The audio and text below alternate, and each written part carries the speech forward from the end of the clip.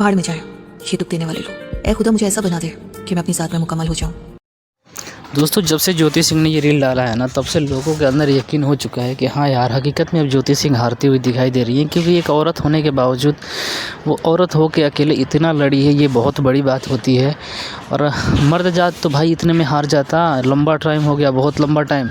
आप लोग देख रहे होंगे कि तकरीबन मुझे लगता है कि 2018 में इन लोगों का शादी हुआ था और 19 के बाद से ये सब चीज़ें ख़राब हुआ। लॉकडाउन के बाद से तो और ज़्यादा ख़राब हो गया। और उसके बाद से ख़राब होने के बाद कभी ऐसा संभलने का कोई मौका ही नहीं मिला।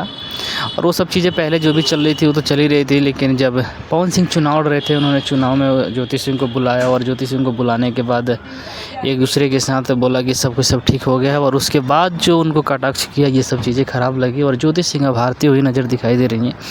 यार, कोई इंसान कितना लड़ सकता है एक औरत होने के बावजूद। तो इस तरीके से इस मुकाम पे आज पहुंच चुकी है। और आजकल आप लोग देख रहे होंगे कि वो इंस्टाग्राम पे अपने जब से वो रील डाल रही हैं, पहाड़ों में आजकल घूम रही हैं। एक आदमी देखिए, हर इंसान होता है, जब हर तरफ से थक हार जाता है ना, तो उसे सुकून की ज़रूरत होती है। और बस क्योंकि ज्योति सिंह के पास ना तो सास ससुर है, ना हस्बैंड है, ना बच्चे हैं, तो भाई सुकून मिलेगा कहाँ। एक औरत को सबसे ज़्यादा अगर सुकून कहीं मिलता है तो अपने पति के साथ, अपने बच्चे के साथ, अपने परिवार के साथ मिलता है। तो ज्योति सिंह के पास वो सब चीज़ें नहीं हैं। तो आजकल वो पहाड़ों में घूम रही हैं और वहाँ पे आप लोगों ने देखा होगा उनके इंस्टाग्राम पे बैक टू बैक रील आ रहे हैं।